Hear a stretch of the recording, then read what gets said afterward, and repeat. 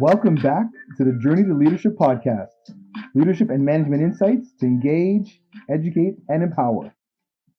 The aim of this podcast is to provide leaders at all levels of organizations with the tactics and techniques to dramatically increase effectiveness, productivity, and results in their business.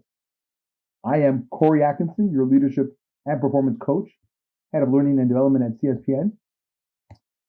And since these podcasts are for all of you, my listeners, I'd love to get your thoughts. If you would like to get insight on specific topics or situations, ask a question, or give us feedback on what you like or want to hear more of, please let me know. Please email me directly at Corey, C-O-R-E-Y, at mycspn.com. And follow us on LinkedIn at Corey Atkinson and at CSPN, the Customer Service Professional Network. So let's get started. Today, we're talking about difficult conversations.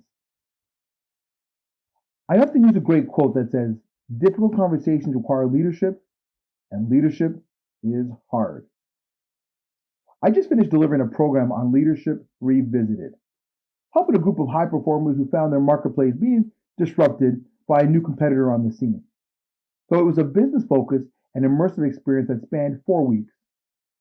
And through it all, the one thing I noticed was how leaders at all levels still found difficult conversations a challenge. There was some trepidation to jump in and give them a shot.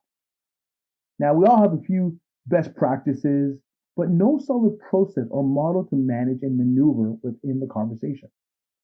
So during the break, I shared with the group my work with Chris Mills. Chris Mills was recruited directly from university to work in a small securities firm and had done very well for herself.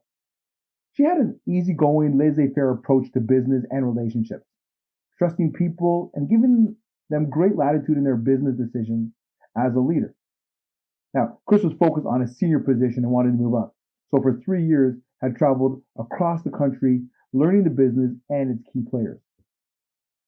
She had actually been a part of a management coaching program that I was leading. So we were sitting down for our second meeting when she said to me, Corey, I'm having a real challenge connecting with one of my employees, Jackie Ross.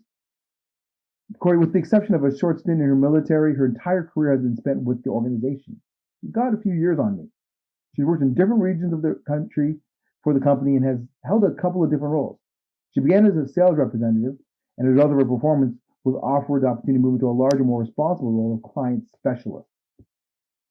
I said, okay, she sounds like a keeper. What's the challenge, Chris? I'm finding a real challenge to connect with her and coach her and motivate her. She has a tendency to be a little too demanding with some people and even a little bit abrupt.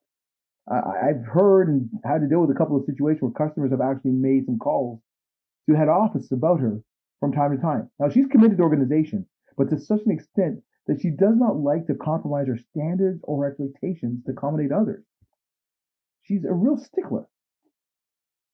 I sat back in my chair and smiled. I said, okay, Chris, so tell me what's happened, because I'm sensing an ongoing behavior here that probably hasn't been addressed, probably just been tolerated.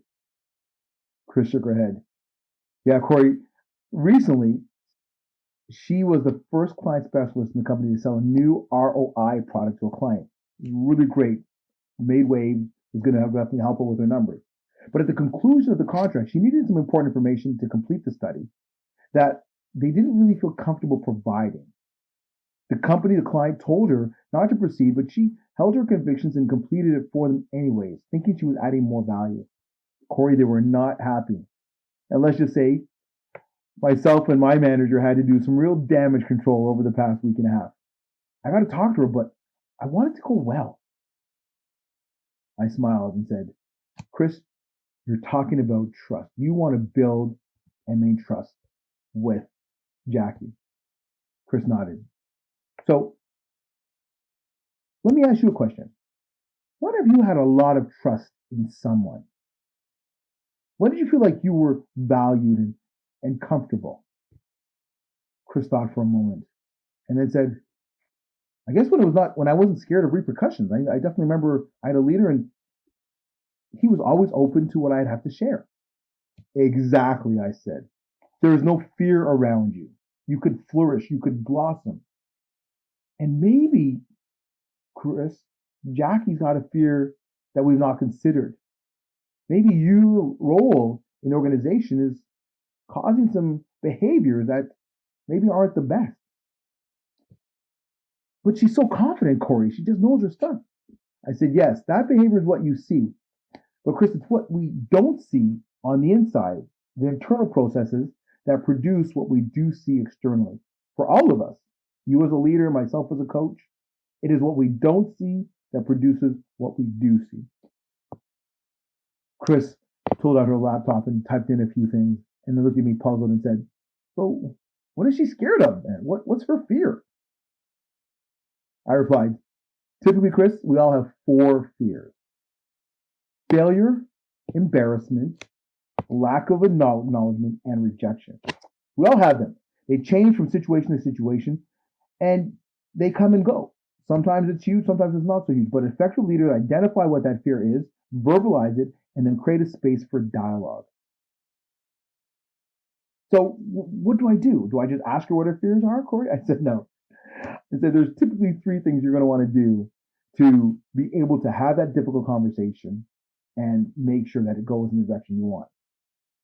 Chris started to type. Number 1, prepare. Consider what fears she might have. You're the new kid on the block. You have some years under her. She's been in the business a lot longer. So what fear could she have? Chris sat back and said, I guess it's fear of rejection. I said, yes. But it could also be embarrassment. Yeah, too. You won't know, but at least now you're more aware of what those fears could be. She smiled and started making notes. Your second step is to clarify. Now, is this issue of this difficult conversation about a job performance or work behavior? You've alluded to a couple of things. Sometimes a little bit rough around the edges, but she definitely didn't follow the client's request. So it's probably going to be both. So take them one at a time. But keep in mind, which one do you think will be harder to change? Chris looked at me and said, Corey, it's going to be the work behavior. I said, exactly. Changing work behavior takes time, takes patience, and takes leaders who are willing to have difficult conversations. She smiled, made some more notes. What's the third part? And then I said feedback. And when I mean feedback, Chris, I mean reinforce or redirect. She furrowed her brows. Reinforce? Yes. Obviously, Jackie's brought skills to the table that the organization appreciates, but maybe nobody's telling her that those are good behaviors. Her tenacity, her commitment to the organization. When's the last time you gave her some real clear feedback on her commitment? Chris gave me a shrug. I don't think I have. Exactly. You see, our focus in our world of being so critical is we focus on the redirection. Get away from that, go back this way. But reinforcement, as much as redirection, are important when being an effective leader. Chris made some more notes, asked me some more questions, and she said, Corey, thank you so much. She goes, I know these things, but I forgot them. I said, now's the time, Chris, to put them into practice. Prepare, clarify, and get feedback, and difficult conversations won't be a challenge. So, what's our learning from this one? What's our takeaway? Well, there's a couple things here. When we clearly communicate what others fear, failure, embarrassment, lack of acknowledgement, or rejection, we create a space for safety and trust and openness to change. And that's critical. You create a space for safety, trust, and openness to change.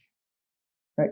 So as a leader, it's very important to do these things and then be very clear on the focus of the difficult conversation. Are you talking about job performance, which is the competence? Do they have what it takes? Versus the work-related behavior. That's like your commitment. Do they want to do what it takes to get the job done? And as my friend Chris noticed in our story, the work behavior is a tricky one. It can't change, but just be mindful of that. And then as an effective leader, because it's about communication, it's about changing behavior. And that relies on focusing on reinforcement or redirection. And great leaders take time to reinforce the behaviors needed for individual, team, or organizational success, and they provide the communication or the coaching to get a team member back on track. So, One of the ways I want to end off these things is by a quote from Mark Twain, who once said, I can survive on 6 months on one compliment. So as you move forward and want to make sure that you are managing those difficult conversations, make sure there's communication around that. Maybe the reason the conversation is difficult is because we're not in communication with that person enough. All right, so let's wrap it up. Hopefully you've enjoyed what you've heard, so please connect with me through our website, mycspn.com. You will find information about our customizable learning and development options, consulting, upcoming events, and client success stories. As well as you can reach out to me on LinkedIn or social media, Facebook, Twitter, or just email me directly, Corey Atkinson or Corey@mycspn.com. I love getting your thoughts, comments, and questions. All of our episodes are on our archives page under podcast. So go there to see what else we've been talking about. And because community is such a part of what we're doing and such a key part of our journey to leadership and life, I've got a great offer for you, the listeners. When you post a positive review of the podcast, I'll send you my CSPN Gotta See This reading list, a collection of books, articles, blogs, infographics, and more that my clients and I have found extremely helpful for maximizing leadership, implementing management strategies, and delivering memorable experiences for clients and customers. So please post your review and I'll send that list immediately. So my name is Corey Atkinson, again, your leadership coach and performance coach at CSPN. Hope you really enjoyed listening and look forward to seeing you on your journey to leadership. Thanks for listening. Have a fabulous day.